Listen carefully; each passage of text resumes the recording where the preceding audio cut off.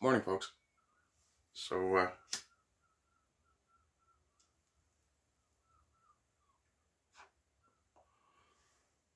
as is not terribly unusual, I have no real topic in mind.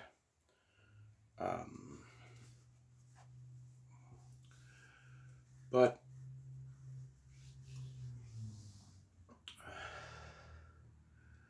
one of the things I'd like to talk about, I don't know that YouTube wouldn't cancel my channel for. But I'm going to risk it because, well, somebody's got to. And the more who are willing, the better the story spreads. What the fuck, Hunter? It's bad enough you banged your dead brother's wife and then did all that stuff with drugs, Parmesan, whatever, and the corrupt money laundering thing. Leave the kids alone, and for God's sake, stop taking pictures of your junk. Yeah, you might be in better shape than me, but honestly, nobody needs to take that many naked pictures of themselves. And you should probably stick to having a paintbrush in your hand rather than a crack pipe. Again, money laundering, possibly. I don't want to black pill you guys. I really don't. But the only way we're really going to get to the white pill situation, the lighter timeline, is we're going to have to go through the dark one. I mean, we all know the expression, or the adage that soft times create weak men create hard times create strong men create good times. Soft times, whatever. But, and it kind of makes sense, or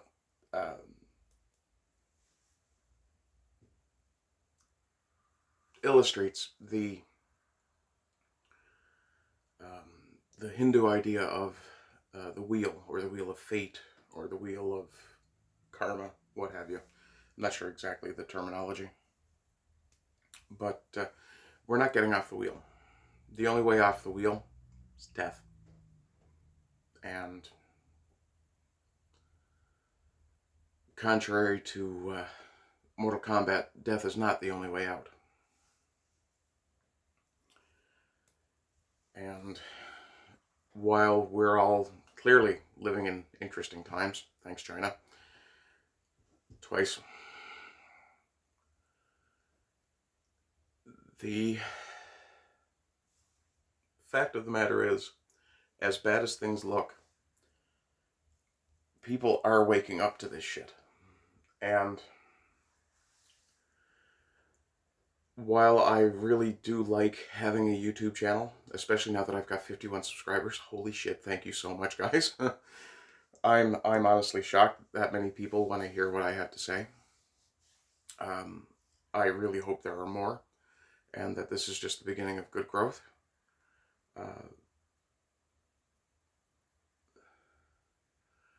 But at this point, I can't keep overlooking things or glossing past certain factors.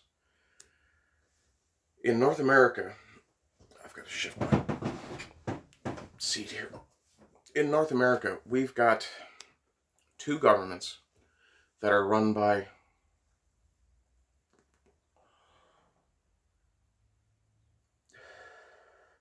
it's very hard not to say criminal,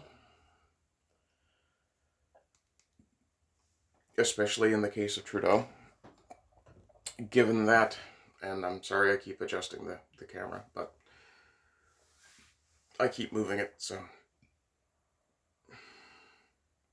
But it's very hard not to say that we're controlled by criminal interests, when we have the accusations that have been made against Biden of sexual impropriety, the accusations that have been made against Trudeau of sexual impropriety. The vanity of both of these leaders. Trudeau, we know, wears some sort of appliance to his eyebrows for some reason. I can't imagine why. We also know that Biden has hair plugs. Sorry, Joe, but that's pretty friggin' obvious. We just had to look at video of you in the 80s and video of you now. You had hair plugs. Yeah.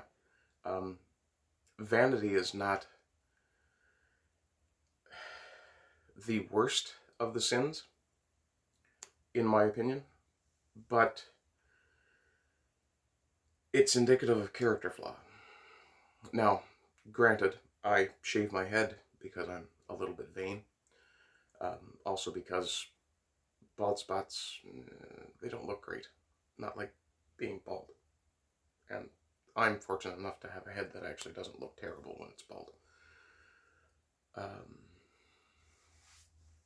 But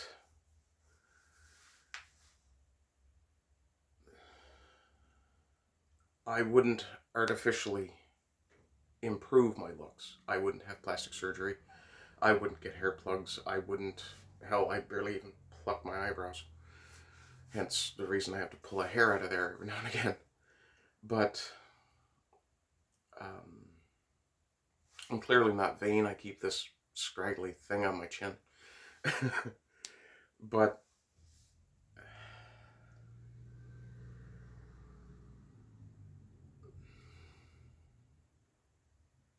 it's obvious that the leadership in North America is attempting to play the citizenship. And I use, or the citizenry, I should say. And I use leadership in a very, very technical term. I don't see either Biden or Trudeau as capable military leaders. I don't even see them as particularly patriotic, given that both Trudeau and Biden have done things that sell out their nation's interests to foreign powers, be it Ukraine, China, whatever. And the continuing anti-human campaign of both of these leaders. Abortion in the States, planning to shut down farms in Canada or otherwise restrict farming in Canada. The idea that everyone should be eating bugs. Even peoples whose diets consist partially of bugs do not make them their main source of protein.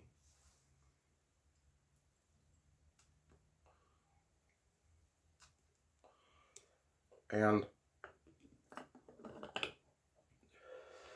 as I mentioned yesterday with the diet thing, it's very obvious that when you radically alter the diet of a people, here in Canada we have the Innu and Inuit, whose diets have been radically altered over the course of probably 2 or 3 generations, maybe a few more. But we also have people who can't process milk outside of infancy. I'm fairly certain that Western Europeans don't process soy the way that Asians do, which may be where a significant amount of the physical Western Europeans and Africans, actually, come to think of it, which may be where a significant portion of the obesity epidemic is originating. Of course, no studies have been done on that I'm aware of. But when you attempt to radically alter a people or a society, you're going to get pushback. And fortunately, we're beginning to see pushback. The truckers in Canada, the truckers in the States, truckers and farmers in the Netherlands. I keep wanting to say either Dutchland or Holland. It's the Netherlands. Sri Lanka, I mean, those people just overran the presidential palace, which probably didn't really amount to much in terms of a practical benefit, but showed very clearly that you can only push your people so far. Venezuela shows that you can only push your economy so far. Canada and the US are also showing that you can only push your economy so far. The money printer go Bert idea is obviously a fail. I mean, just take the 20 years from the beginning of Obama to the end of Trump. Look at the economic changes. When Bush left, supposedly, I don't really remember that era terribly well, but when the second Bush left office and Obama came in, if I recall correctly, the economy was kind of doing okay, and then it tanked. The housing bubble, I think, was a big chunk of that, and I don't think we can really blame Obama for that, because it was a pre-existing issue. But the economic recovery was extremely sluggish under Obama. Then Trump got in, and while the foundations had been laid for economic recovery under Obama, possibly, again, these are things that I don't really remember super well, but while the economy recovered under Trump, race relations went absolutely to shit. And a significant portion of that was due to Obama. It had to be. I mean, this is a black guy who's president. That should have mollified, pacified quite a lot of people who were on the racial tension side of things, who were creating racial tension or pushing racial tension. And the election of a black president-ish, he's half white, but his election should have been the final capstone of the idea that America was racist. When it turned out that, as Bill Maher called him, Chocolate Jesus was not exactly Jesus after all, Joan Strakes. Remember, Jesus came to bring a sword too. No, I'm not shitting on anybody's faith. I'm just pointing out that, you know, you have to take the whole picture. But under Obama, black people didn't do as well as they did under Trump. Clearly, right? Nobody did as well under Obama as they did under Trump. Here in Canada, Trudeau got in, and got in again, damned if I know how, and I won't speculate about election fortification. I won't speculate about it. But even in places that are, and forgive me, Dankula, relatively insignificant to North American interests, we see that the justice systems, the legal systems, are absolutely broken. Dankula, for instance, just published his last Nazi Pug update. Basically, he ran out of appeal options, partly due to what amounts to legal malfeasance, in my opinion, or judicial malfeasance, legislative malfeasance, there we go, where you have to meet certain criteria to make certain appeals, and because one court had not granted an appeal, there was no option to go above them, which, yeah, that's sideways, to say the least.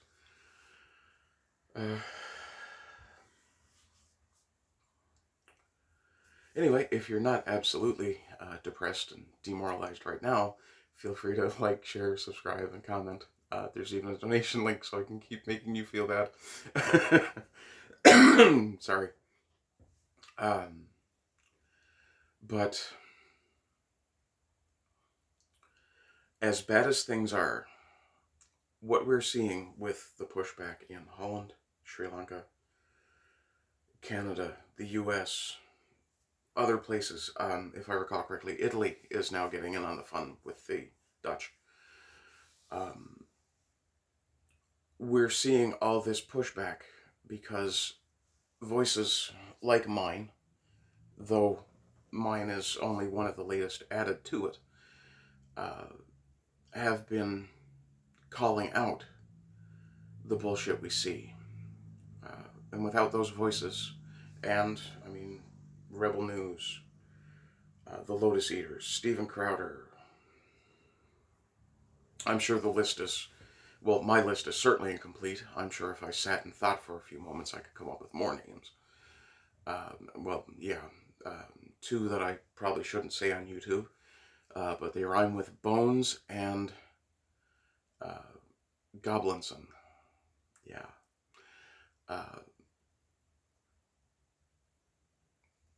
Speaking of government failure, the issues in places like Telford and Rotterdam. No, sorry, Rotherham. I'm thinking of, not Rotterdam. Rotterdam's in Germany or the Netherlands, one of them. But all of these things we're seeing, this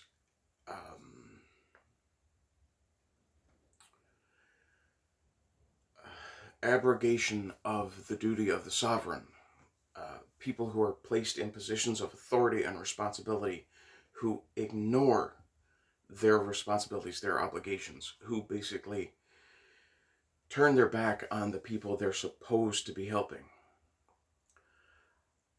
Everyone is seeing this.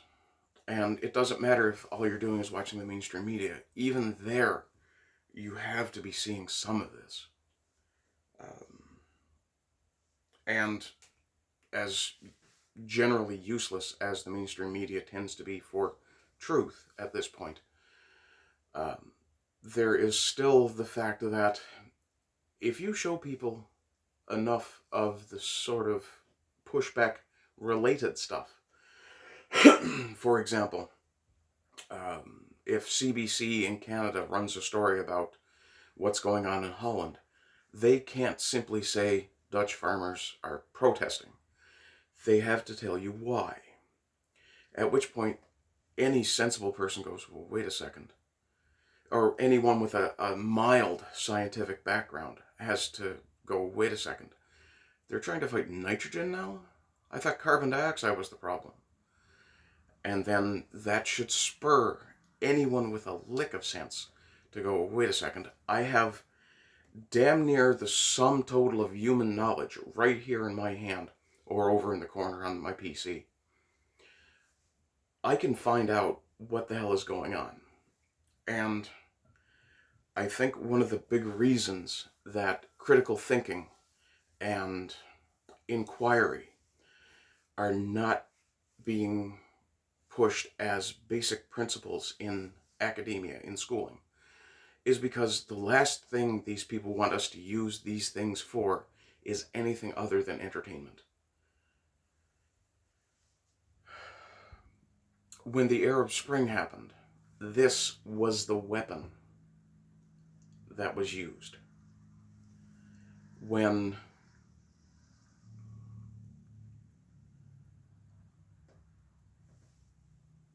Rodney King, this was the, well, not exactly this, but a camcorder, which was kind of the forerunner of the phone camera, was the weapon that was used to disseminate the truth.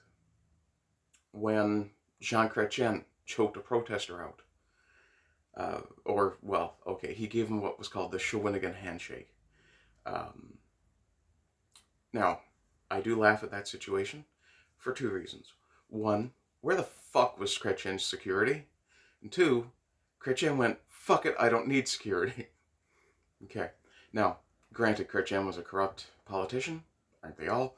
However, Chrétien was smart enough to make sure that his corruption benefited everybody. Therefore, he was obeying the rule of the sovereign. Now, granted, with Spoon, I don't 100% agree that absolute monarchy might be a good idea. But I can see where some form of monarchy would be more useful than what we've got.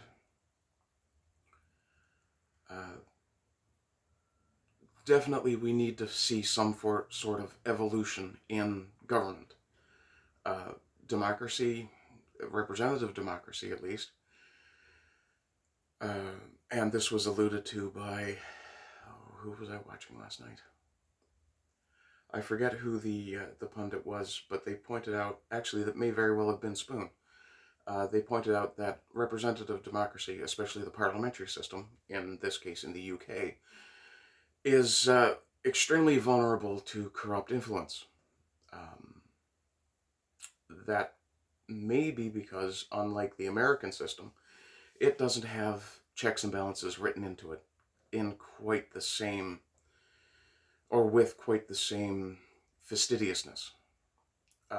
The American Constitution is an excellent document as far as it goes. It clearly needs some support, but we also have the issue of a lack of integrity.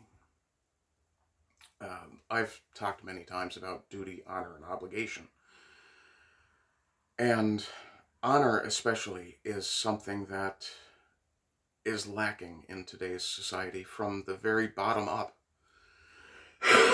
At the very top, we have politicians who have no concept of honor. They will do whatever it takes to remain in power. Boris Johnson is a great example. The man employed a sex pest. Someone he knew was groping other people against their will. Biden has no honor whatsoever. His people are suffering, and he takes oil reserves and ships them out. Your country was energy independent, you asshat. What are you doing? Trudeau, same thing. Right? Oh, people are having a hard time because of the lockdown I instituted. The policies I instituted to fight a pandemic with a less than 1% fatality rate. Let me print more money and fuck the economy even harder. Oh, and while I'm doing that, I'll shut down pipelines and oil exploration and resource exploration. And now I'll go after the farms. Yeah.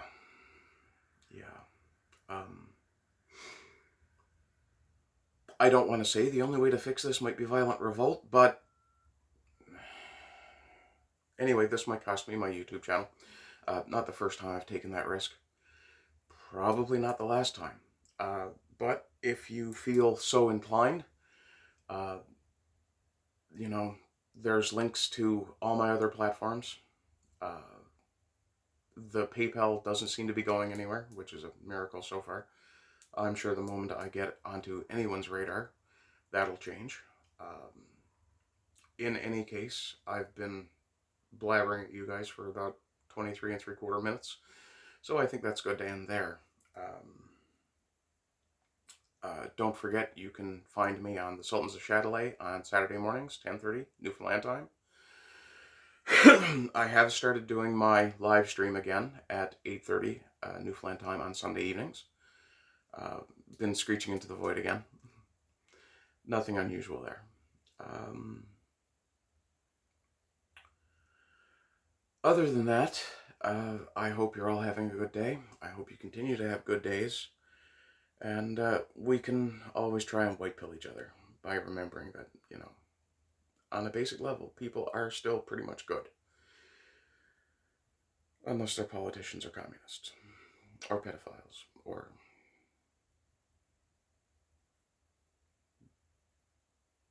international businessmen, or, yeah. Anyway, you all have a good day. Love you all. Bye-bye.